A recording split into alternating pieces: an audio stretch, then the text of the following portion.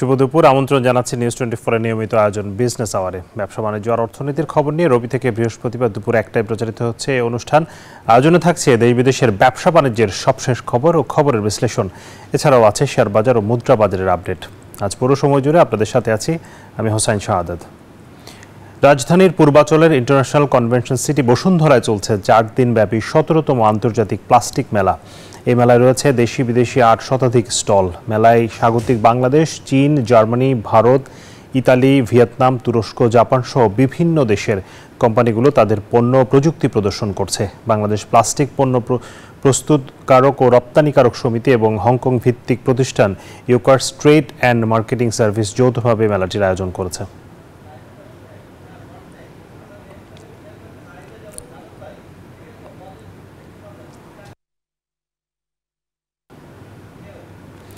দর্শক, এই মেলার বিষয়ে আমরা আরও জানতে চাই। আরও জানাতে আমাদের সাথে আইসিসিবি থেকে যুক্ত হচ্ছেন সহকর্মী মিনা ফেরদৌস। মিনা, আপনি সকাল থেকে মেলায় আছেন, আমরা জানি গতকাল মেলা শুরু হয়েছে এবং মেলাটি আসলে বিশাল পরিসরে আসলে মেলা হচ্ছে, কারণ প্রায় 800রও বেশি প্রতিষ্ঠান এখানে অংশ নিয়েছে। মেলায় আপনি কি দেখছেন, কোন ধরনের পণ্য এবং প্রযুক্তি এসছে এবং যারা নিয়ে আসছেন বিশেষ করে দেশি বিদেশি কোম্পানিগুলো তারা কি বলছে, বিস্তারিত জানাবেন আমাদেরকে।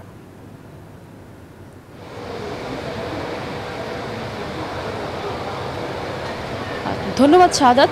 আমি রয়েছি এই মুহূর্তে আইসিসিবির কনভেনশন হলে, যেখানে আসলে এবারের 17তম আন্তর্জাতিক প্লাস্টিক মেলা অনুষ্ঠিত হচ্ছে। সেখানে কিন্তু আসলে দেশি বিদেশি বহু কোম্পানি অংশ নিয়েছে। আমি যদি একটু বলতে চাই যে এবারে কিন্তু 1,34,000 বর্গফুট এলাকা জুড়ে অনুষ্ঠিত হচ্ছে এবারে 17তম আন্তর্জাতিক প্লাস্টিক মেলা। তো সেখানে কিন্তু আসলে প্রায় 800রও বেশি কোম্পানি এবার অংশ নিয়েছে। আমি যদি বলতে চাই এখানে বিভিন্ন কোম্পানি দেশি বিদেশি মিলিয়ে জার্মানি, ভারত, ইতালি এবং ভিয়েতনাম, তুরস্ক সহ বিভিন্ন দেশের কোম্পানি এবং ব্র্যান্ডগুলো এসছে তাদের পণ্য, এছাড়া হচ্ছে বিভিন্ন অ্যাক্সেসরিজ, এছাড়া মেশিন, নতুন প্রযুক্তি সহ তারা নিয়ে এসছে, ইন্ট্রোডিউস করাচ্ছে। দেশের প্লাস্টিক খাতকে আরও এগিয়ে নিতে আসলে এবারের ব্যবসায়ীরা চেষ্টা করছেন ভিন্নভাবে কিছু দেখানোর জন্য। এছাড়া এবারের আন্তর্জাতিক বাণিজ্য মেলায় কিন্তু আসলে 18টি দেশ থেকে 390টিরও বেশি ব্র্যান্ড এসছে। আমি যদি একটু বলতে যাই, এসব মেলায় অংশ নিয়েছে প্রায় 800র মতো স্টল। আমি এই মুহূর্তে রয়েছি একটি জার্মানি প্রযুক্তির স্টলে। সেখানে আমি যদি একটু জানতে চাই তারা কি নতুন প্রযুক্তি নিয়ে এসছে, আমি তাদের সাথে একজনের সাথে একটু কথা বলবো। জি ভাইয়া, এবারের মেলায় আসলে আপনারা কি নতুন প্রযুক্তি নিয়ে আসছেন আমাদেরকে যদি একটু জানান। আমরা এয়ার কম্প্রেশন নিয়ে কাজ করি, মূলত আমাদের অরিজিন জার্মানি, অ্যাসেম্বলি চায়না। আর এটা হলো বাংলাদেশে একদম update machine compressor, 2 stage 100 HP 75 kilowatt 2 stage এটা, এবং ইনভার্টার সিস্টেম, 40% এনার্জি সেভিং। এটা একদম লেটেস্ট বাংলাদেশে। এগুলো মূলত garments sector, auto rice mill plus medical, মানে যে কোনো ফ্যাক্টরি করতে গেলে আমাদের কম্প্রেসার লাগবেই, মাস্ট আমাদেরটা ইউজ করতে হবে আমাদেরকে। সরি, এটা জার্মানি প্রযুক্তি।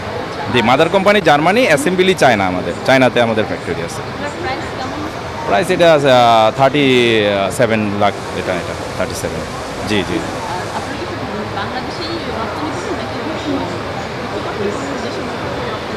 না, আমরা মূলত আমাদেরটা যে ব্র্যান্ড তো সারা বিশ্বেই চলে, কিন্তু আমাদের যে প্রাইম ক্যাট এটা শুধু বাংলাদেশে ইউজ হয়। জি, বাংলাদেশে আমাদের নিজস্ব ব্র্যান্ড দিয়ে আমরা বাংলাদেশে ইনপুট করি প্রাইম ক্যাট, কিন্তু এটা মাদার কোম্পানি অলিম্পিক। জি ভাইয়া, ধন্যবাদ। জি, শুনছিলেন, এবার আসলে বাংলাদেশ ছাড়াও কিন্তু বিভিন্ন দেশের প্রযুক্তি নিয়ে আসলে তারা এসছেন। এছাড়া পরিচয় করিয়ে দিচ্ছিলেন বাংলাদেশের প্লাস্টিক খাতকে আরও এগিয়ে নিয়ে যেতে এবং বিশ্ব দরবারে যাতে তারা আসলে যাতে আরও হচ্ছে আপনাদের মিনা, বুঝতে পেরেছি। মিনা, আপনাকে ধন্যবাদ। দর্শক, আমরা ছিলাম এতক্ষণ আইসিসিপিতে, সেখান থেকে প্লাস্টিক মেলার বিস্তারিত খবরাখবর জানাচ্ছি না সহকর্মী মিনা ফেরদৌস। আমরা প্লাস্টিক শিল্প আমরা জানি ব্যাপক সম্ভাবনাময় একটি শিল্প বাংলাদেশে, এবং শুধুমাত্র বাংলাদেশ নয়, বিশ্বের বিভিন্ন দেশে কিন্তু বাংলাদেশের প্লাস্টিক পণ্য রপ্তানি হয়ে থাকে এবং রপ্তানির আরও সম্ভাবনা রয়েছে। এইসব বিষয় নিয়ে আসলে রপ্তানি সম্ভাবনা এবং দেশীয় যেই চ্যালেঞ্জগুলো এই মুহূর্তে রয়েছে প্লাস্টিক শিল্পে এবং পরিবেশগত ঝুঁকির বিষয় আসলে আলোচনায় আসে, আমরা জানি। সবগুলো বিষয় নিয়ে আমরা আজকে আলোচনা করতে চাই। আমাদের সাথে যুক্ত হয়েছেন বাংলাদেশ প্লাস্টিক পণ্য উৎপাদক ও রপ্তানিকারক সমিতির সভাপতি শামীম আহমেদ। জনাব শামীম আহমেদ, আপনাকে স্বাগত জানাচ্ছি আমাদের অনুষ্ঠানে। ধন্যবাদ জানাচ্ছি আমাদেরকে সময় দেওয়ার জন্য বিজনেস আওয়ারে। আমি ধন্যবাদ দিই নিউজ 24 টিভিকে যে আজকে আপনি আমাদের কাভারেজ দিচ্ছেন এবং প্লাস্টিক সেক্টর নিয়ে আপনাদের উৎসাহটা আমরা অত্যন্ত কৃতজ্ঞ চ্যানেল 24 এর কাছে। যে আমরা প্লাস্টিকের শিল্পের যে সম্ভাবনার জায়গায় সেখানে যাওয়ার আগে একটু মেলার বিষয়ে একটু জানতে চাই। আমরা জানি প্রতি বছরই এই মেলাটা বড় পরিসরে আয়োজন হয়ে থাকে। 17বারের মতো 17তম এই মেলা অনুষ্ঠিত হচ্ছে। এবারের মেলার আসলে আপনাদের যেই আয়োজন, সেই আয়োজন সম্পর্কে একটু জানতে চাই। আসলে এইবারের মেলার আপনাদের আসলে উদ্দেশ্যটা কি? Thank you. আমরা 2002 সালে এই আইপিএফ মেলাগুলো শুরু করেছিলাম। প্রথম যে মেলাটা শুরু হয়েছিল তখন ছিল 42 বুথস। এখন বর্তমানে আজকের এই বছর আমাদের 800+ বুথ আসছে এবং বিভিন্ন দেশ থেকে প্রায় 19টা দেশ থেকে পার্টিসিপেন্টরা আসছেন। আমাদের পারপাসটা হলো, মেইন অবজেক্টিভ যেটা, টেকনোলজি নিয়ে আসা এবং আমাদের যে লোকাল ইন্ডাস্ট্রিগুলো যে পণ্যগুলো তৈরি করছেন সেগুলা গুণগত মান বিশ্বকে দেখানো যে আমরা কি ধরনের পণ্য তৈরি করি। আমাদের নতুন উদ্যোক্তা যারা আসবে এবং এসএমই খাতে যে উদ্যোক্তারা অনেক ডিফিকাল্ট হয়ে দাঁড়ায়, তো সেই জন্য আমরা ঢাকাতে নিয়ে আসি নতুন নতুন টেকনোলজি যারা উদ্ভাবন করেন সেই কোম্পানিগুলোকে, এবং তারা আমাদের উদ্যোক্তাদের এবং আমাদেরকে আমাদের শিল্প সাথে যারা সম্পৃক্ত যারা আছেন ম্যানেজমেন্টে, তারা সবাই দেখতে পারেন যে আমাদের বিশ্ব কিভাবে প্লাস্টিক সেক্টরে উন্নতি করছে। তো আমরা অত্যন্ত আশাবাদী যে যেহেতু 42টা বুথ নিয়ে শুরু করা একটা মেলা আজকে 800 বুথে চলে গিয়েছে এবং 1500 ফরেন গেস্ট এবং বায়ার বাংলাদেশে এসছেন। So that will create a good image of the country. And plastic sector আপনি জানেন ইজ এ লিঙ্কেজ ইন্ডাস্ট্রি। শুধু প্লাস্টিক ইন্ডাস্ট্রি নিজের জন্য উৎপাদন করে না, সে সব ধরনের ইন্ডাস্ট্রির জন্য, ফার্মাসিউটিক্যাল বলেন, ফুড প্রসেসিং বলেন, আপনি যে ইন্ডাস্ট্রি বলেন, আপনি এমনকি আমাদের হসপিটালগুলোতে প্রচুর পরিমাণে সিঙ্গেল ইউজ প্লাস্টিক ব্যবহৃত হয়। তো সেই দিক দিয়ে plastic industry is a mother industry, linkage industry, supporting industry, সেটা সব ইন্ডাস্ট্রিকে এটা সাপোর্ট করে। ধন্যবাদ আপনাকে। জি, মেলায় আসলে যেই বিদেশি কোম্পানিগুলো এসছে তাদের যেসব প্রযুক্তিগুলো তারা নিয়ে এসছে প্রদর্শন করছে, আমাদের যে প্লাস্টিক ইন্ডাস্ট্রি সেই প্রযুক্তিগুলো অ্যাডপ্ট করার সুযোগ কতটুকু আছে? বিশেষ করে আমাদের প্লাস্টিকের গুণগত মান আরও বেশি, আপনি যদি একটু কম্পেয়ার করে বলেন যে আমাদের যে গুণগত মান তার সাথে আমরা যদি উন্নত বিশ্বের প্লাস্টিকের সাথে তুলনা করি, আমাদের কি আসলে কতটা মান উন্নয়নের জায়গা রয়েছে? আমি বলি, মান উন্নয়নটা আমরা যাচাই করি যে বিদেশে আমরা কি পরিমাণে এক্সপোর্ট করছি। তো বর্তমানে যে এক্সপোর্ট ফিগারটা আছে সেটা আমরা ডাইরেক্ট এবং ইনডাইরেক্ট মিলায় প্রায় $2.5 বিলিয়ন এক্সপোর্ট মার্কেট আমরা ক্যাটারিং করি। আমরা দিই বিভিন্ন ধরনের পণ্য। তো বিদেশের মার্কেটে যখন আমাদের প্রোডাক্টগুলো যায়, পার্টিকুলারলি ইউরোপে কিংবা অন্যান্য দেশে যে যায়, তারা যেন অ্যাকসেপ্ট করে, এটা আমরা বুঝতে পারি যে গুণগত মান দিকে আমরা অনেক দূরে এগিয়ে গিয়েছি। তবে আমি বলবো না যে আমরা সর্বোচ্চ পর্যায়ে চলে এসেছি, না, আমরা সর্বোচ্চ পর্যায়ে আসতে পারি নাই। আমাদের আরো সাপোর্ট লাগবে, আমাদের আরো আমাদের যারা উদ্যোক্তা আছেন তাদেরকে আরো সৃজনশীল হতে হবে, তাদেরকে ইনোভেটিভ চিন্তা ভাবনা নিয়ে আসতে হবে। আমি আপনাকে বলি, প্লাস্টিকে অনেকগুলো সেক্টর আছে, এর মধ্যে টয়েস, হাউস হোল্ড, প্যাকেজিং এবং গার্মেন্টস অ্যাক্সেসরিজ, এই 4টা সেক্টর ভেরি প্রমিনেন্ট। এই 4টা সেক্টর ওয়ার্ল্ড ব্যাংক দেখেছে, যদি আমরা এই 4টা সেক্টরে যদি আমরা গ্লোবাল মার্কেটে পেনিট্রেট করতে পারি, গ্লোবাল মার্কেটে যদি আমাদের ফুটপ্রিন্ট আমরা রাখতে পারি, আমরা $7 to $10 বিলিয়ন এক্সপোর্ট নিয়ে যাওয়া কোনো ব্যাপার না। তবে আপনি জানেন যে গত যে কোভিড সিচুয়েশনটা গেল, কোভিড সিচুয়েশনে প্রথম দিকে যে প্লাস্টিকের মাস্ক থেকে শুরু করে অনেক কিছু ইম্পোর্ট হয়ে আসতো, কিন্তু এই কোভিড থাকাকালীন অবস্থাতেই বাংলাদেশের প্লাস্টিক ইন্ডাস্ট্রিগুলা প্রচুর পরিমাণে ডে অ্যান্ড নাইট ওয়ার্ক করে কোভিড সিচুয়েশনটা ফেস করেছে। ইম্পোর্ট করার আগে আমরা প্রচুর পরিমাণে কোভিড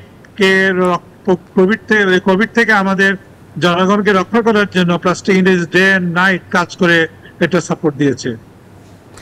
এই মুহূর্তে আসলে আমরা জানি আমাদের শিল্পের, আমি যদি ভুল না করে থাকি, প্রায় 40,000 কোটি টাকার এই প্লাস্টিক ইন্ডাস্ট্রির আকার এই মুহূর্তে বাংলাদেশে, এবং এই প্রায় 15 লাখের মতো মানুষ এইটার সাথে জড়িত রয়েছে। এই ইন্ডাস্ট্রিটার নিয়ে আসলে অনেক ধরনের আমরা দেখি, বিশেষ করে যেহেতু পরিবেশ দূষণের একটা ইস্যু চলে আসে, প্লাস্টিক পরিবেশের জন্য ক্ষতিকর, প্লাস্টিকের বিকল্প ব্যবহারের জন্য অনেকেই বলা হচ্ছে। সেই জায়গাটাতে এই চ্যালেঞ্জটা আপনারা আসলে কিভাবে মোকাবেলা করছেন? হ্যাঁ, প্লাস্টিক এবং পলিউশনকে আমরা সবসময় এক করে ফেলি। হ্যাঁ, প্লাস্টিক এন্ড পলিউশন এক না। আসলে আপনি জানেন যে কিছুদিন আগে বাংলাদেশ নয়, ইন্টারন্যাশনাল ইউএন এর আন্ডারে একটা 2 বছর ধরে প্লাস্টিক পলিউশনকে প্রিভেন্ট করার জন্য একটা নেগোসিয়েশন চলছে। 176 কান্ট্রি পার্টিসিপেট করেছে, 300 ডেলিগেটস গিয়েছেন, এবং গত 2 বছর 2022 থেকে শুরু করে 2024 ডিসেম্বরে এই নেগোসিয়েশনটা শেষ হয়েছে। কিন্তু নেগোসিয়েশনটা কমপ্লিট করতে পারে নাই, বিকজ অনেকগুলা কমপ্লেক্স সিচুয়েশন ছিল। তো প্লাস্টিক পলিউশনকে শুধু প্লাস্টিকের দোষারোপ করাটা সমীচীন নয়। আমরা জানি যে যেমন Japan is a zero West country. Japan per person per capital 140 KG plastic consume করে। আমরা পার পার্সন পারে না অনলি 15 কেজি প্লাস্টিক কনজিউম করি। তো আমরা 15 কেজি ম্যানেজমেন্ট করতে পারি না, জাপান 140 কেজি প্লাস্টিক ম্যানেজমেন্ট করছে। তো আমাদেরকে ওয়েস্ট ম্যানেজমেন্ট ইনফ্রাস্ট্রাকচার, আমাদের যারা লোকাল গভর্নমেন্ট আছেন, এলজিআই ইনস্টিটিউট, সিটি কর্পোরেশন এবং ইনারা যারা আছেন, তাদেরকে সচেষ্ট হতে হবে এবং তাদেরকে আরো আগ্রহী হতে হবে, তাদেরকে আরো বিনিয়োগ করতে হবে ওয়েস্ট ম্যানেজমেন্ট ইনফ্রাস্ট্রাকচার ডেভেলপমেন্ট করার জন্য। যেমন সিঙ্গাপুরের সাথে যদি আপনি তুলনা করেন, সিঙ্গাপুরে 5 মিলিয়ন পপুলেশন, সেই 5 মিলিয়ন পপুলেশন জন্য 2000 ড্রাম ট্রাক আছে তাদের সিটি ক্লিনিং করার জন্য।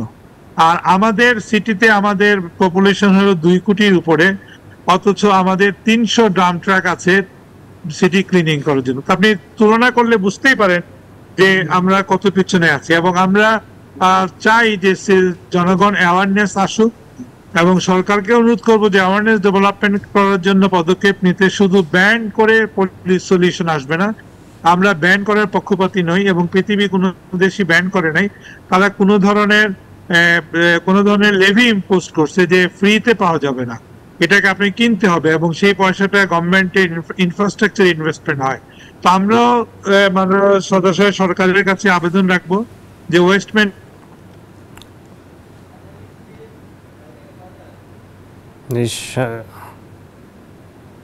ম্যানেজমেন্টের জন্য আরো বেশি বিনিয়োগ করা হয়, এবং সম্ভব হবে, এবং সবকিছুতে আমাদের আরো উন্নত হবে, পরিবেশটা আরো উন্নত হবে। জি, আমরা সার্কুলার ইকোনমির কথা বলি। আসলে প্লাস্টিক একটি বড় ধরনের সার্কুলার ইকোনমির একটা অংশ হতে পারে, কারণ প্লাস্টিক আসলে রিসাইকেলের অনেক সুযোগ থাকে, যেটি আপনি বলছিলেন যে পরিবেশ রক্ষায় কিন্তু একই প্লাস্টিক বারবার ব্যবহারের যেই বিষয়টা, সেই জায়গাগুলোতে আমাদের এই মুহূর্তে যে কোম্পানিগুলো এই জায়গাটাতে কতটা কাজ করছে, মানে তাদের প্লাস্টিককে কতটা তারা রিসাইকেল করতে পারছে, পার্সেন্টেজটা কি আপনার জানা আছে? এক্স্যাক্টলি, আপনি খুব সুন্দর প্রশ্ন করেছেন। সার্কুলার ইকোনমি পৃথিবীতে কিন্তু রিসোর্স জেনারেশন করা, রিসোর্সকে সার্কুলার ইকোনমিতে নিয়ে আসা এবং রিসোর্স পুনঃ ব্যবহার করা, এটি হলো কার্বন ফুটপ্রিন্ট কমানো, গ্লোবাল ওয়ার্মিং কমানোর জন্য একটা উৎকৃষ্ট উপায়।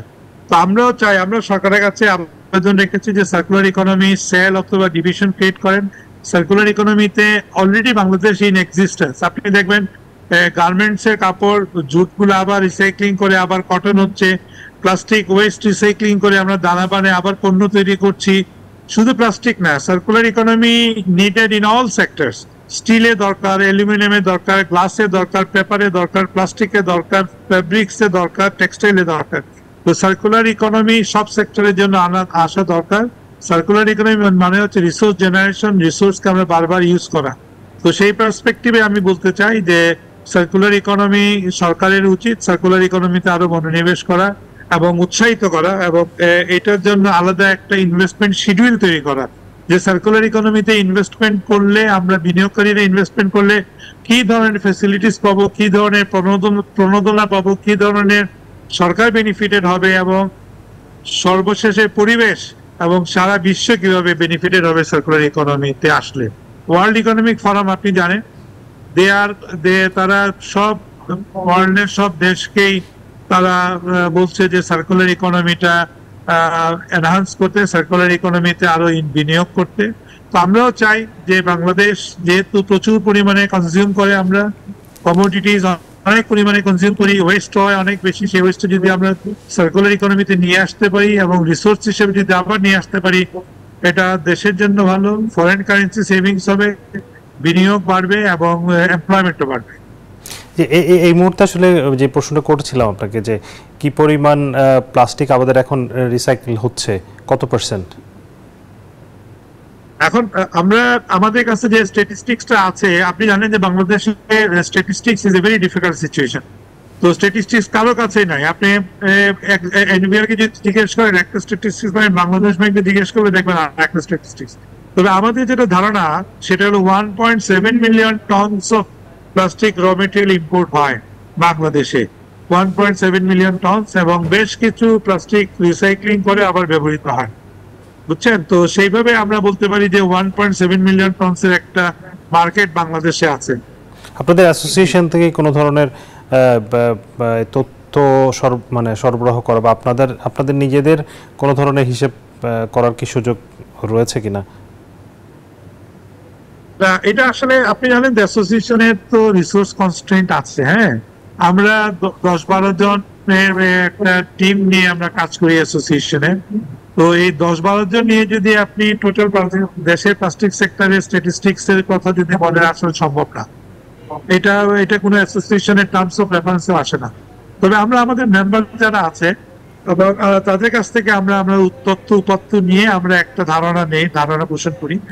তবে সরকার ইচ্ছা করলে আমার মনে হয় এটা খুব ভালোভাবে করতে পারবেন, সরকার ইচ্ছা করে। কারণ বাংলা প্লাস্টিক র মেটেরিয়ালটা পুরোটা ইম্পোর্ট বেসড, এবং ইম্পোর্ট কোনো স্ট্যাটিস্টিক্স আপনি জানেন যে সরকারের কাছে খুব ভালোভাবে থাকে। তো সেই দিক দিয়ে আমার মনে হয় আমরা সরকার যদি উদ্যোগী হয় ইম্পোর্ট স্ট্যাটিস্টিক্স, এক্সপোর্ট স্ট্যাটিস্টিক্স, তাহলে আমার মনে হয় এটা করা সম্ভব, তথ্য উপাত্ত সঠিকভাবে পাওয়া সম্ভব। জি, আমরা এবারের একটু মেলার আয়োজন নিয়ে আমাদের কাছে একটি প্রতিবেদন আছে, আমরা একটু দেখে আসি, তারপর আবারও আপনার কাছে আলোচনা যাব। আচ্ছা, দর্শক, গতকাল আপনারা জানেন শুরু হয়েছে প্লাস্টিক মেলা। সেখানে একটি প্রতিবেদন আছে আমাদের কাছে। বাণিজ্যিক, বিনোদনমূলক বা সামাজিক যে কোনো ধরনের আয়োজনকে আকর্ষণীয় করে তুলতে আন্তর্জাতিক কনভেনশন সিটি বসুন্ধরা আইসিসিপির ভেন্যু অপরিহার্য। এবার 1,34,000 বর্গফুটের বেশি আয়তনের তাঁবু আকৃতির অস্থায়ী টেন্ট ব্যবস্থা চালু করেছে আইসিসিবি, যেখানে বড় ধরনের যে কোনো আয়োজন নির্বিঘ্নে সম্পন্ন করতে রাখা হয়েছে সর্বাধুনিক ব্যবস্থা। গতকাল 17তম আন্তর্জাতিক প্লাস্টিক প্রিন্টিং এবং প্যাকেজিং ইন্ডাস্ট্রি ফেয়ারে এই টেন্ট নিয়ে উচ্ছ্বসিত প্রশংসা ছিল সব মহলে। শ্বেত শুভ্র বৃহতাকার এই টেন্টটি রাজধানীর পূর্বাচলে 300 ফিট সড়কের প্রবেশমুখেই। আন্তর্জাতিক কনভেনশন সিটি বসুন্ধরা আইসিসিবি দেশের সবচেয়ে বড় এই টেন্টটি নির্মাণ করেছে 1,34,000 বর্গফুটের বেশি জায়গা জুড়ে। আন্তর্জাতিক মান বজায় রাখতে শুধু পরিসর নয়, যে কোনো বিশাল আয়োজনের জন্য নিরবচ্ছিন্ন বিদ্যুৎ সংযোগের জন্য রাখা হয়েছে সর্বোচ্চ এবং আধুনিক মানের মূল ও বিকল্প ব্যবস্থাও। দেশীয় প্রতিষ্ঠানের পাশাপাশি বিদেশি প্রদর্শকদের জন্য আকর্ষণীয় এই এক ছাদের নিচে আয়োজন তাই নজর কাড়া। 17তম আন্তর্জাতিক প্লাস্টিক প্রিন্টিং ও প্যাকেজিং ইন্ডাস্ট্রি মেলা উপলক্ষে আইসিসিবির বিশালাকার এই টেন্টে বরাদ্দ নেওয়া দেশি বিদেশি স্টলের সংখ্যা প্রায় 800। বিশাল এই টেন্ট ব্যবস্থাপনার ভূয়সী প্রশংসা ছিল স্টলগুলোর পক্ষ থেকে। I don't come to the Bangladesh in the last 6 years, but now I come here, I change a lot. It's very nice. Impressed with the venue, and the venue is very well organized, and all the stalls are very well prepared. আমরা যেহেতু বাংলাদেশি মানুষ, পুরো মেলাটাই বাংলাদেশি মানুষ আয়োজন করা উচিত। এই Bashundhara convention hall যে এটা আছে, এগুলো হলে দেশের ভাবমূর্তি যেমন বৃদ্ধি হবে, তেমনি আমাদের মতন দেশীয় উদ্যোক্তাদের জন্য একটা মিলন মেলা হবে আমি মনে করি। আইসিসিবির পুরো ব্যবস্থাপনায় সন্তুষ্টি জানান আন্তর্জাতিক এই মেলার দেশীয় আয়োজক, আহ্বান জানান মান ধরে রাখার। এই বুথটা ইজ ভেরি নিউ এবং আমরা প্রথমবারের মতো এই বুথে এক্সিবিশন করছি এবং ইট is excellent, it is very much international standard এবং সব কিছু অত্যন্ত ভালো। আমরা অত্যন্ত হ্যাপি, আমরা যারা এক্সিবিটার আসছি, আমরা যারা অর্গানাইজার আছে, আমরা উই আর ভেরি হ্যাপি এবং আই হোপ দ্য আইসিসিবি এই ট্রেন্ডটা এইভাবে মেনটেন করবেন ইন দ্য ফিউচার। মেলা উদ্বোধনে আসেন অন্তর্বর্তী সরকারের বাণিজ্য উপদেষ্টা শেখ বশিরউদ্দিন। ঘুরে দেখেন আইসিসিবির বিশালাকার টেন্ট। অভিনব এই উদ্যোগকে সাধুবাদ জানান তিনিও। খুবই সুন্দর, আপনার ক্লাইমেট কন্ট্রোল, শীতাতপ নিয়ন্ত্রিত এবং গুড হাইট, আলো, তাপমাত্রা সব মিলিয়ে ভালোই মনে হচ্ছে। সার্বিক আয়োজনে সর্বোচ্চ গুণগত মান বজায় রেখে সেবা দিতে দৃঢ় প্রতিজ্ঞার কথা জানিয়েছে আইসিসিবি কর্তৃপক্ষ। আপনারা দেখতে পাচ্ছেন যে অনেক বড় একটি মেলা এখানে বসেছে। যদি এই ধরনের আয়োজন না থাকতো তাহলে আন্তর্জাতিক পরিসরের এত বড় মানের মেলা কিন্তু আয়োজন করা সম্ভব ছিল না। তো সেটি বসুন্ধরার অন্যান্য ব্যবসার মতো অভিনব অনেক সুদূর প্রসারী চিন্তা থেকেই কিন্তু এই ধরনের আয়োজন করা হয়েছে। আমি কৃতজ্ঞতা জানাই মাননীয় চেয়ারম্যান স্যার জনাব আহমেদ আকবর সোবহান, উনি এ ধরনের দূরদর্শী চিন্তা করেছিলেন বলে আজকে এত বড় বড় টেন্টের এখানে আয়োজন করা গেছে। আইসিসিবিতে 18টি দেশের 390টিরও বেশি ব্র্যান্ডের এই পণ্য ও যন্ত্র প্রদর্শনী চলবে আগামী 15 ফেব্রুয়ারি পর্যন্ত। মুরসালিন হক জুনায়েদ, নিউজ 24, ঢাকা। দর্শক, আমরা প্রতিবেদনে দেখছিলেন যে আইসিসিবির এই বিশাল আয়োজনে আসলে সবাই খুবই উচ্ছ্বসিত, যারা মেলায় অংশ নিয়েছে এবং আয়োজক থেকে শুরু করে সবাই। আমরা এই বিষয়ে কথা বলতে চাই। আমাদের সাথে অতিথি এখনও আছেন বিজেপি এমই এর সভাপতি শামীম আহমেদ। শামীম আহমেদ, আপনাকে আবারও স্বাগত জানাচ্ছি। প্রতিবেদনে দেখছিলেন, আসলে আপনিও সেখানে কথা বলতে দেখলাম। এই যে আইসিসিবির যে এই ধরনের আয়োজন, টেন্টের মধ্যে এত বিশাল 1,34,000 বর্গ ফুটের যে আয়োজন, মানে এত বড় মেলা আয়োজনের ক্ষেত্রে এই ধরনের ভেন্যুর নিশ্চয়ই মানে একটি বড় ভূমিকা আছে, কারণ যেহেতু আপনাদের মেলার পরিসর অনেক বড়, প্রায় 800-র বেশি প্রতিষ্ঠান, সেখানে এই ধরনের ভেন্যু নিশ্চয়ই আপনাদের দরকার ছিল। আমি একটু রিপিট করবেন প্লিজ। আমি বলছিলাম যে এই যে ভেন্যুর ব্যাপারে, প্রায় এত বড় একটা ভেন্যু আপনাদের নিশ্চয়ই দরকার ছিল, যেহেতু আপনাদের মেলার পরিসর অনেক বড়, অনেকগুলো প্রতিষ্ঠান এখানে অংশ নিয়েছে। জি, থ্যাংক ইউ, আই আন্ডারস্ট্যান্ড। জি, এই আমরা আশাবাদী যে আগামীতে হয়তো এই টেন্টটা আমাদের জন্য ছোট হয়ে যাবে। উই নিড মোর স্পেস এবং আমাদের আয়োজন বাড়ছে, আমাদের আয়োজন যেভাবে বাড়ছে এতে আমাদের মনে হয়, তবে আমরা আশাবাদী যে আমরা যেহেতু আইসিসিবির আরো অনেকগুলা আপনার সুযোগ সুবিধা আছে, অনেকগুলো আইটেম আছে এটার ভিতরে, বিভিন্ন রকমের আরো আমাদের কি বলবো এটাকে এক্সপানশন করার সুযোগ আছে। তো ভবিষ্যতে যদি প্রয়োজন পড়ে আমরা আশা করি যে আমরা এটা এক্সপানশন করতে পারবো ইনশাআল্লাহ। জি, এখানে একটু সুযোগ সুবিধাগুলো নিয়ে যদি একটু বলেন, আসলে কোন ধরনের সুবিধা আপনারা এখানে পাচ্ছেন? সুবিধা বলতে মানে এক্সেলেন্ট সুবিধা। আমি পৃথিবীর অনেক দেশে আমি ভিজিট করেছি, মেলা অ্যাটেন্ড করেছি। It is no way less, আমি গতকালকে বলেছি আপনাদেরকে, আজকেও বলছি, it is no way less than any international standard. It is excellent standard, air conditioning is there এবং dust free, totally dust free. আপনি জানেন যে প্লাস্টিক ইন্ডাস্ট্রি ইজ আমাদের দেশে যেগুলো বিদেশ থেকে আসছে মেশিনগুলা, সেগুলো ডাস্ট ফ্রি কন্ডিশনে রাখতে হয় এবং সেগুলো ইলেকট্রনিক বেসড। তো আমরা ডাস্ট ফ্রি অবস্থাতে আমরা কাজ করতে পারছি, ইট ইজ ভেরি গুড। এবং management is very strong, security is very strong, মানে up to the international standard mark. এবং আমরা এখন যে হলে বসে আপনার সাথে কথা বলছি, পুষ্পাঞ্জলি হল নাম্বার 5, সেখানে আমাদের এখন একটা সেমিনার চলছে। আমরা এই মেলা উপলক্ষে 5টা সেমিনার আয়োজন করেছি। এখন আমাদের প্রথম সেমিনারটা, আগামী 2 দিনও সেমিনার হবে আমাদের।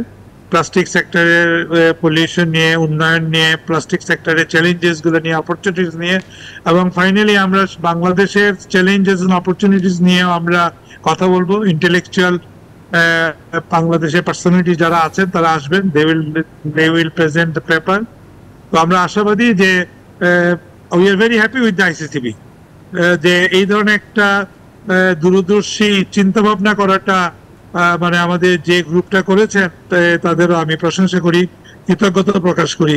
আদারওয়াইজ আমাদের পক্ষে 1500 বিদেশি লোকজনের নিয়ে একটা সিস্টেমেটিক পরিবেশে এটা করাটা সম্ভব ছিল না। অনেক অনেক ধন্যবাদ জনাব শামীম আহমেদ, আপনি আমাদেরকে সময় দিয়েছেন। নিশ্চয়ই আপনার সাথে ভবিষ্যতে আবারও কথা হবে। Thank you. আমি আবার আমার পক্ষ থেকে, আমার অ্যাসোসিয়েশনের পক্ষ থেকে express my gratitude and thanks to news 24 TV for giving us this opportunity to say something before our viewers, and আপনাদের সাথে কথা বলার সুযোগ পাওয়ার জন্য সবাইকে ধন্যবাদ। Thank you very much. ধন্যবাদ আপনাকে। দর্শক, আমরা আলোচনা করছিলাম প্লাস্টিক খাতের সম্ভাবনা এবং চ্যালেঞ্জ নিয়ে। আমাদের সাথে যুক্ত ছিলেন বিপিজেএমই এর সভাপতি শামীম আহমেদ। এবারে সময় হয়েছে একটি বিরতির, ফিরছি একটু পর, সাথেই থাকুন। আবারও স্বাগত জানাচ্ছি বিজনেস আওয়ারে। মোবাইল ব্যাংকিং সেবা নগদের বিরুদ্ধে 2300 কোটি টাকা জালিয়াতির প্রমাণ পেয়েছে দুর্নীতি দমন কমিশন দুদক। বুধবার নগদের বনানীতে অবস্থিত প্রধান কার্যালয়ে অভিযান চালিয়ে এই অসঙ্গতি খুঁজে পায় সংস্থাটি। বিদেশিদের 70% বেশি শেয়ারের মাধ্যমে মানি লন্ডারিং হয়েছে কিনা তাও খতিয়ে দেখবে দুদক। এছাড়া ডাক বিভাগের সাথে অসম চুক্তির বিষয়ে নথিপত্র বিশ্লেষণ করে পরবর্তী পদক্ষেপ নেওয়া হবে বলে জানিয়েছেন দুদকের কর্মকর্তারা। ফ্যাসিবাদের দায় নিয়ে ক্ষমতাচ্যুত আওয়ামী লীগ সরকারের সুবিধাভোগীদের মাধ্যমে প্রতিষ্ঠিত মোবাইল ব্যাংকিং সেবা প্রদানকারী প্রতিষ্ঠান নগদে অভিযান চালায় দুর্নীতি দমন কমিশন। সংস্থাটির 4 ঘণ্টাব্যাপী অভিযানে বেরিয়ে আসে ডাক অধিদপ্তরের চুক্তি না মেনে নগদে অতিরিক্ত 665 কোটি টাকার ই মানি ইস্যু করার চাঞ্চল্যকর তথ্য। এছাড়া ভুয়া এজেন্ট দেখিয়ে লোপাট হয়েছে 1711 কোটি টাকার ফান্ড। নগদের নবনিযুক্ত প্রশাসক এই ঘটনা স্বীকার করে বলেছেন, মানি লন্ডারিং হয়েছে কিনা খতিয়ে দেখবে দুদক। আমাদের কাছে মনে হয়েছে যে এগুলো আসলে শুদ্ধ লেনদেন না। সে টাকা গ্রহণ করবে, টাকা প্রদান করবে, শুধু তার থেকে কিন্তু টাকা বের হয়ে যাবে না। মানি লন্ডারিং এর ডেফিনেশন আসবে কিনা সেটা আসলে বিএফআই বলবে, কিন্তু টাকা সরিয়ে ফেলা হয়েছে। অভিযান পরিচালনাকারী দল জানায়, নগদে 70% বেশি মালিকানায় রয়েছে বিদেশিরা। আওয়ামী লীগের কাদের প্রভাবে নগদ ডাক বিভাগের সাথে অসম চুক্তি করেছে তাও বিশ্লেষণ করবে তারা। ডাক অধিদপ্তরের সাথে নগদের যে সম্পর্কটা, এটা নিতে ক্ষমতার অপব্যবহার হয়েছে কিনা সেটাও আমরা দেখব। ভার্জিনিয়া আইল্যান্ডস এবং হংকং ভিত্তিক বিভিন্ন প্রতিষ্ঠানের শেয়ার কিন্তু নগদের রয়েছে এবং এর মাধ্যমে মানি লন্ডারিং হয়েছে কিনা আমাদের কনসার্ন, এখানে কোনো অনিয়ম দুর্নীতি থেকে আমরা সেটা প্রকাশ আনার চেষ্টা করব। ইতিমধ্যে প্রতারণার অভিযোগে মোবাইলে আর্থিক সেবা প্রদানকারী এই প্রতিষ্ঠানটির বিরুদ্ধে একটি মামলা করেছে বাংলাদেশ ব্যাংক। এবং প্রেস সচিবের সাথে বদরুল আলম শাওন, নিউজ 24, ঢাকা। এবারে জানাবো শেয়ার বাজারের খবর।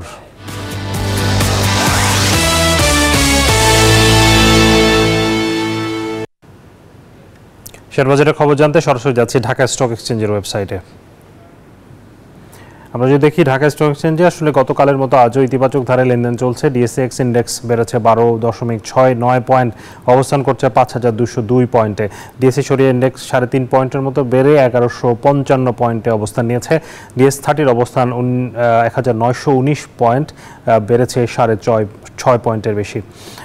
লেনদেন তবে কিছুটা কমেছে গতকালের চেয়ে। আমরা এই মুহূর্তে এখন পর্যন্ত লেনদেন হচ্ছে 661 কোটি টাকা। লেনদেনে অংশ নেওয়া কোম্পানিগুলোর মধ্যে দাম বেড়েছে 172টির, কমেছে 141টির, আর অপরিবর্তিত আছে 86টি কোম্পানির শেয়ারের দর।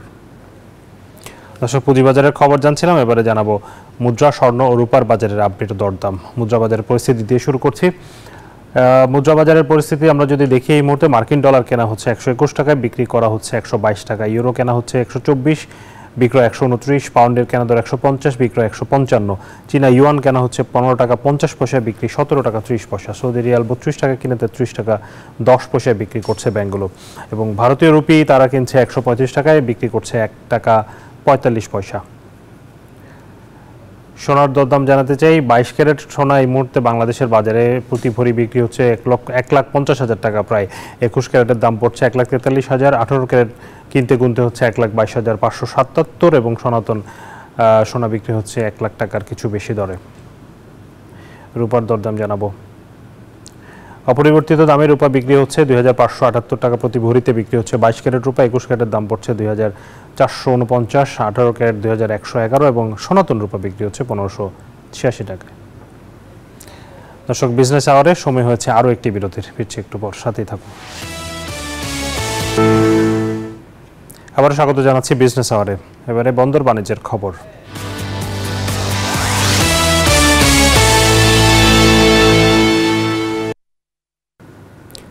রমজানকে ঘিরে চট্টগ্রাম বন্দর থেকে নিত্যপণ্য খালাসির হিড়িক পড়েছে। দেশের বড় ভোগ্যপণ্যের বাজার খাতুনগঞ্জে ছোলা, ডাল, খেজুর সহ নানা পণ্যের সয়লাবে কমেছে দাম। নিত্যপণ্যের বাজার স্থিতিশীল রাখতে চট্টগ্রামের বাজারে তদারকিতে নেমেছে ভোক্তা অধিকার, নামবে জেলা প্রশাসনও। ক্রেতারা বলছেন কিছু কিছু পণ্যের দাম কমলেও চালের দাম এখনও বেশি। আবু জাবেদের ছবিতে নয়ন বড়ুয়া জয়ের রিপোর্ট।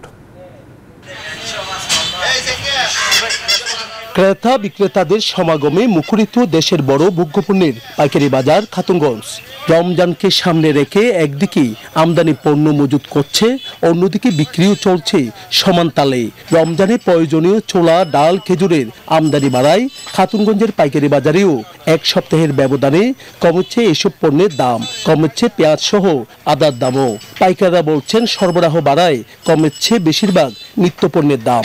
বর্তমানে রমজানকে ঘিরে ছোলা, মুসুর যেগুলো আছে সব আল্লাহর রহমতে অনেক আমদানি হচ্ছে। বর্তমানে প্রচুর পরিমাণে আমদানি হয়ে আসছে এবং ডেলিভারিও হচ্ছে। আমদানিকারকরা বলছেন আন্তর্জাতিক বাজারে পণ্যের দাম কম, তাই বাজারেও কমতির দিকে। এমনকি রমজানে আমদানি পণ্যের সরবরাহ আরও বাড়বে, কমবে আরও দাম। টন প্রতি আমদানি করেছি 800 থেকে 900 ডলারের মধ্যে, সেটি এখন বিক্রি হচ্ছে 600 থেকে 700 ডলারের মধ্যে, যেটির প্রভাব পড়েছে আমাদের বাংলাদেশের পাইকারি মার্কেটে।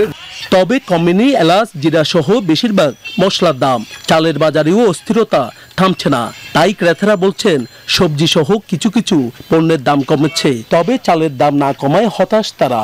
বাজারে যেমন দাম তাদের সারা যায়, বাট চাউলের দিকে একটু দাম বাড়তি আর কি। 50 টাকার নিচে বা উপরে কোনো চাউল মানে পাওয়া যাইতেছে না। রমজানের মধ্যে নিত্যপণ্য দামটা একটু কম থাকার দরকার।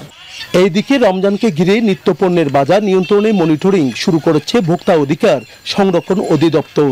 রিয়াজউদ্দিন বাজারে অভিযানে নেতৃত্ব দেন ভোক্তা অধিকার সংরক্ষণ অধিদপ্তরের উপপরিচালক ফয়সুল্লাহ। ব্যবসায়ীদের দিয়েছেন নানা নির্দেশনা। পণ্য সামগ্রী নিয়ে একটু কারচুপি এবং দামের একটু ঊর্ধ্বগতির একটা চেষ্টা হয়, তো এটা যাতে না হয় আমরা আগেই বাজারে আসছি, আর আজকে আমরা যাচাই করে যাচ্ছি কোনটা কি দামে বিক্রি হচ্ছে, আমরা নোট ডাউন করে যাচ্ছি।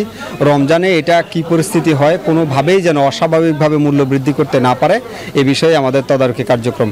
তবে একসাথে বেশি বেশি পণ্য ক্রয় না করে ধীরে ধীরে পণ্য ক্রয় করার আহ্বান ভোক্তা অধিকার ও জেলা প্রশাসনের। নয়ন বড়ুয়া জয়, নিউজ 24, চট্টগ্রাম। বন্দরনগরী চট্টগ্রামে চলছে আবাসন মেলা। মেলা বিস্তারিত জানতে সরাসরি যাচ্ছি সহকর্মী নয়ন বড়ুয়া জয়ের কাছে।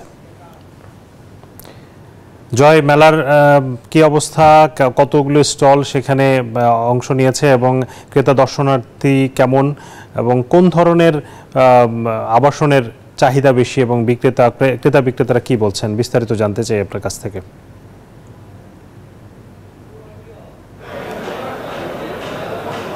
ধন্যবাদ শাহাদাত। আপনি দেখতে পাচ্ছেন রেডিসন ব্লুতে 3 দিন ব্যাপী যে আবাসন মেলা শুরু হয়েছে চট্টগ্রামে। একটু আগে ডাক্তার শাহাদাত মেয়র তিনি উদ্বোধন করেছেন। উদ্বোধনের পরপরই কিন্তু আমরা দেখছি এখানে দর্শনার্থীদের ভিড় অনেক বেড়েছে। এখানে বুকিং দেওয়া হচ্ছে, আবার কেউ কেউ একেবারে এখানে টাকা জমা দিয়ে তারা কিন্তু নিতেও পাচ্ছে। সব সুযোগ সুবিধা তারা রেখেছেন। এক ছাতার নিচে কিন্তু এই যে আবাসন মেলা এখানে থাকার কারণে এখানে ব্যাংকের এখানে লোনের সুবিধা আছে, সবগুলো কিন্তু এক জায়গায় থাকার কারণে কিন্তু যারা আগ্রহী তারাই কিন্তু এখানে ছুটে এসেছেন।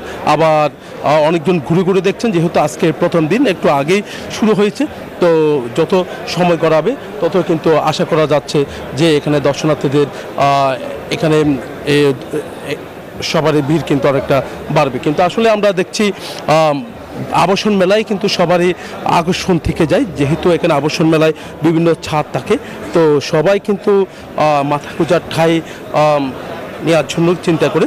তবে একেবারে স্থায়ী মাথাগোঁজা টাই করতে হলে কিন্তু আসলে এইভাবে ছাড়াও কিন্তু সম্ভব না। যারা মধ্য আয়ের মানুষ আছেন, এমনকি বিত্তবান যারা আছে তারাও কিন্তু ছুটে এসেছেন। তো এখানে লোনের মাধ্যমে কিন্তু নিতে চাইলে সবাই নিতে পারছে। আমরা দেখছি একেবারে কিন্তু এখানে যারা এসেছেন, এমনকি যারা মেলা নিয়ে বসেছে, এখানে স্টল নিয়েছেন, তারাও কিন্তু আশা ছাড়েনি। তারা বলছেন যে এবারের মেলার কিন্তু বিশেষ আকর্ষণ রয়েছে, বিভিন্ন আকর্ষণ রয়েছে। আমরা একটু দেখতে পাচ্ছি যে এবার বিভিন্ন স্টলগুলো কিন্তু খুব একেবারে চমকভাবে কিন্তু সাজানো হয়েছে। তো এখানে যেহেতু শুরু থেকে তাদের যে এখানে যারা এসেছেন তাদের উপস্থিতি কিন্তু আমরা অনেকটা বেশি দেখছি। আমরা এখানে যারা আছেন তাদের সাথে একটু কথা বলতে চাচ্ছি, কেমন সাড়া মিলছে বলে মনে করছেন? আসলে আজকে তো প্রথম দিনে এখনো মোটা শুরু হচ্ছে। আশা করি, আমরা আশাবাদী যে ভালোই হবে। ছাড় বলতে আমাদের তো বিভিন্ন প্রোডাক্টের উপর যেহেতু মেলা উপলক্ষে কিছু আমরা ছাড় দিই, তো দেখা যাক আমরা কি করতে পারি আর কি। অনেক ধন্যবাদ। তো এই ছিল আমার এখানকার সর্বশেষ। ফিরে যাচ্ছি স্টুডিওতে সাদাতের কাছে। জয়, ধন্যবাদ আপনাকে। আসলে চট্টগ্রামে রিহ্যাব ফেয়ারের খবরাখবর জানাচ্ছিলেন সহকর্মী নয়ন বড়ুয়া জয়। এবারে জনপদের শিল্প ও বাণিজ্যের খবর।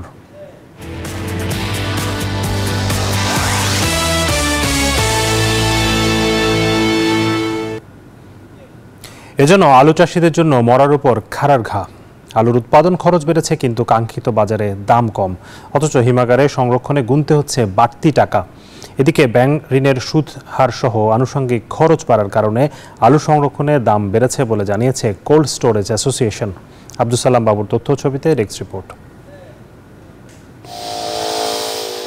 বগুড়ায় আলুর ভালো ফলন হয়েছে, এটি খুশির খবর হলেও ন্যায্য দাম পাওয়া নিয়ে দুশ্চিন্তায় কৃষক। উৎপাদন খরচ বাড়ার পাশাপাশি যোগ হয়েছে আলু সংরক্ষণের বাড়তি খরচ। গেল মৌসুমে 60 থেকে 62 কেজির বস্তা সংরক্ষণের যেখানে ভাড়া দিতে হয়েছে 350 থেকে 400 টাকা, সেখানে সংরক্ষণ খরচ বাড়িয়ে দেয়ায় বস্তা প্রতি 100 থেকে 150 টাকা বেশি দিতে হচ্ছে। আলুর দাম না বাড়লে লোকসানের মুখে পড়ার শঙ্কায় চাষিরা। 8 টাকা 10 টাকা কেজি আলু এমনি, 5-6 টাকা যদি নেয় তাহলে আমাদের কঠিন অবস্থা। আলুর তো দাম নাই, তোলে ভরা বাড়লো, তাহলে তো আমাকে পড়তে হবে আলু। গতবার ছিল 350 টাকা, আর এবার হচ্ছে 500 টাকার মতন পড়বে। এতে করে কৃষক অনেক ক্ষতিগ্রস্ত হবে। কোল্ড স্টোরেজ অ্যাসোসিয়েশন বলছে, ব্যাংক ঋণের সুদ হার বৃদ্ধি সহ অন্যান্য খরচ বেড়ে যাওয়ায় সংরক্ষণ খরচ বেড়েছে। ব্যাংকের ইন্টারেস্ট রেটও বেশি, তারপরে অ্যামোনিয়া গ্যাসের দাম বেশি, বিদ্যুতের দাম বেশি, কয়েকবার পলট ঘোরাতে হয়, লেবার ইত্যাদি সব মিলিয়ে বলতেছে যে আমাদেরও তো ওয়ার্কিং ক্যাপিটাল নাই, আমরা কেমনে কি করি। তো সেই জন্য সিদ্ধান্ত হলো বুকিং মানিও নেবে। আমরা আশা করব যাতে আমাদের হিমাগারের যারা মালিক তারা যেন কৃষক ভাইদের কথা বিবেচনা করে তারা যেন এই বাড়তি মূল্যটা না নেন এবং বিগত বছরে নেয় যেন তারা এবার এই ভাড়াটা আদায় করেন। বগুড়ায় 44টি হিমাগারের ধারণ ক্ষমতা 4 লাখ টনেরও বেশি। ফেব্রুয়ারির শেষ থেকে জুলাই পর্যন্ত হিমাগারে আলু সংরক্ষণ হয়। Desk report, news 24। বসন্ত ভালোবাসা দিবস ঘিরে জমজমাট ফুলের রাজধানী খ্যাত যশোরের গদখালির ফুল বাজার। ফুল চাষিরা বলছেন, সরবরাহ বাড়ায় বাজারে কমেছে ফুলের দাম, বেড়েছে বেচাকেনা। সেই আশায় ক্ষতি পুষিয়ে নিতে পারবেন বলে মনে করছেন ফুল চাষিরা। বুলবুল শহীদ খান হিমেলের তথ্য ছবিতে ডেস্ক রিপোর্ট। সারা দেশে যে ফুল বিক্রি হয় তার 70% সরবরাহ করা হয় যশোরের গদখালি থেকে। পহেলা ফাল্গুন, ভালোবাসা দিবস আর আন্তর্জাতিক মাতৃভাষা দিবস ঘিরে ভোর থেকে জমে উঠেছে গদখালি ফুলের বাজার। 3 দিবস ঘিরে বাজারে ভালোবাসার গোলাপ ছিল চোখে পড়ার মতো। প্রতি পিস গোলাপ বিক্রি হচ্ছে 7 থেকে 8 টাকা দরে, জারবেরা প্রতি পিস 10 থেকে 12 টাকা, রজনীগন্ধা 5 থেকে 7 এবং গাঁদা ফুল প্রতি 1000 300 থেকে 500 টাকায়। তবে বাজারে ফুলের সরবরাহ বেশি হওয়ায় কমেছে ফুলের দাম, এমনটাই দাবি ফুল চাষিদের। 100 গোলাপ বেচতাম আনা বছর এরকম টাইমে 20 টাকা 25 টাকা শ, আর এইবার গোলাপ বেচেছে সকালবেলা 7 টাকা শ। এদিন কভার মারিছে, একটা কভার মনে করেন 2 টাকা করে খরচ, সে খরচের দাম উঠছে না। পাইকাররা বলছেন, এবার বাজারে ফুলের ব্যাপক আমদানি হয়েছে, সেই অনুযায়ী দামও ভালো রয়েছে। এখান থেকে দেশের বিভিন্ন জায়গায় সরবরাহ করা হচ্ছে ফুল। সামনে আসছে 14 ফেব্রুয়ারি, সেই উদ্দেশ্যে বাজার ভালো হবে আশা রাখা যায় আর কি। এইখান থেকে কিনে পাঠায়, ঢাকা পাঠানো হয়, রংপুর, দিনাজপুর, বরিশাল, খুলনা, সারা বাংলাদেশ। ব্যবসায়িকের হলো যে আপনার যেরকম কেনে সেরকম বেচে, চাষিকের আপনার লস হওয়ার সম্ভাবনা বেশি। বাজারে ফুলের দাম কম হলেও বিশেষ দিবস ঘিরে সামনের যে দিনগুলো রয়েছে সে সময় বাজারে ভালো দাম পাওয়া যাবে বলছেন কৃষি বিভাগ। বাজারে কিন্তু এখন সরবরাহের পরিমাণ অনেক বেশি এবং আমরা জানি যে সরবরাহ বাড়লে কিছুটা দাম কমে। তুলনামূলকভাবে অন্যান্য সিজনে আমরা ডিসেম্বর মাসে ফুলের যে দাম দেখছি তুলনামূলকভাবে একটু কম, তবে আমরা আশা করছি যে দিবস যত ঘনিয়ে আসছে এই ফুলের দাম আর একটু বৃদ্ধি পাবে। এবছর বসন্ত ও ভালোবাসা দিবসে ফুল বেচা কেনার লক্ষ্যমাত্রা ধরা হয়েছে 122 কোটি টাকা। Desk report, news 24। এবারে বিশ্ব বাণিজ্যের খবর।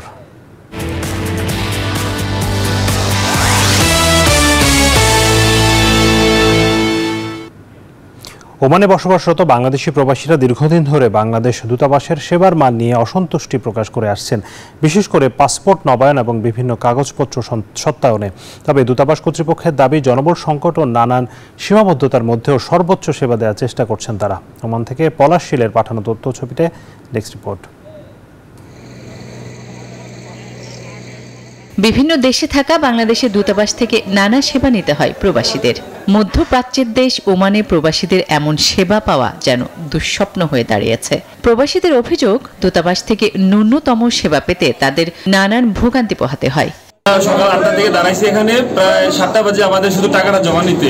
আমরা চাই যে টাকা যে জমা নেওয়ার বিষয়টা এটা অনলাইন ভিত্তিক করুক। আমরা অনেক লোকজন হওয়ার কারণে যে ধরনের গ্যাদারিং হচ্ছে এটা আমাদের জন্য খুবই কষ্টসাধ্য। আমরা অনেকে সালালা, সোহার, সাহাম থেকে আসে, ভোর 4টার থেকে সিরিয়াল ধরি, তারপরও ওই দিনে পাসপোর্টের কাজ সম্পূর্ণ করতে পারি না। অবকাঠামো ও জনবল সংকটই এই ভোগান্তির অন্যতম কারণ বলে জানা গেছে। তাই ওমান দূতাবাসের অবকাঠামো ও জনবল বৃদ্ধি করতে বাংলাদেশ সরকারের প্রতি আহ্বান জানান বাংলাদেশ কমিউনিটির নেতারা। অতি সত্বর এই দূতাবাসকে পরিবর্তন করে আমাদের যে প্রবাসীরা বিভিন্ন দূর দূরান্ত থেকে এখানে সার্ভিস দেওয়ার জন্য আসে তাদেরকে যেন সার্ভিস দেওয়ার মতো একটি উপযুক্ত পরিবেশ গ্রহণ করতে পারে। তবে দূতাবাস কর্তৃপক্ষের দাবি, নানান সীমাবদ্ধতার মধ্যেও সর্বোচ্চ সেবা দেওয়ার চেষ্টা করছেন তারা। কর্মকর্তা আছেন যারা পার্টিশন করে বসে আছেন, আমাদের পাসপোর্টের সার্ভারও কিন্তু তার জন্য বসে একটু পার্টিশন করে। তো আমরা চেষ্টা করছি পাশের একটি ভবন ভাড়া করার অথবা নতুন একটি জায়গায় যদি দূতাবাস স্থানান্তরের সুযোগ সৃষ্টি হয়। আমরা আমাদের মন্ত্রণালয়কে জানাইছি, এখন মন্ত্রণালয় এই বিষয়ে কাজ করছে। ওমানে প্রায় 8 লাখ প্রবাসী বাংলাদেশি বসবাস করছেন। ফলে তাদের জন্য দূতাবাসের কার্যক্রম আরও উন্নত ও সহজলভ্য করার দাবি ক্রমেই জোরালো হচ্ছে। Desk report, news 24। সৌদি আরবের নিয়ম শহরে কৃত্রিম বুদ্ধিমত্তা ভিত্তিক একটি ডেটা সেন্টার নির্মাণে স্থানীয় এক কোম্পানি 500 কোটি মার্কিন ডলার বিনিয়োগ করতে যাচ্ছে।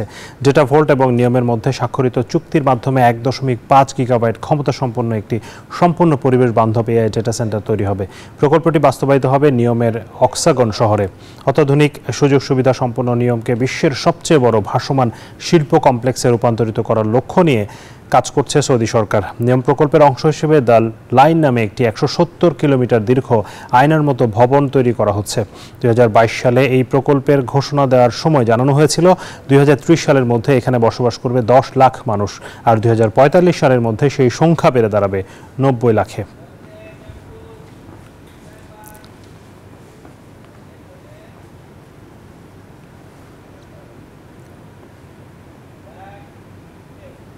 এই ছিল বিজনেস আওয়ারের আজকের আয়োজনে। সাথে থাকার জন্য ধন্যবাদ সবাইকে।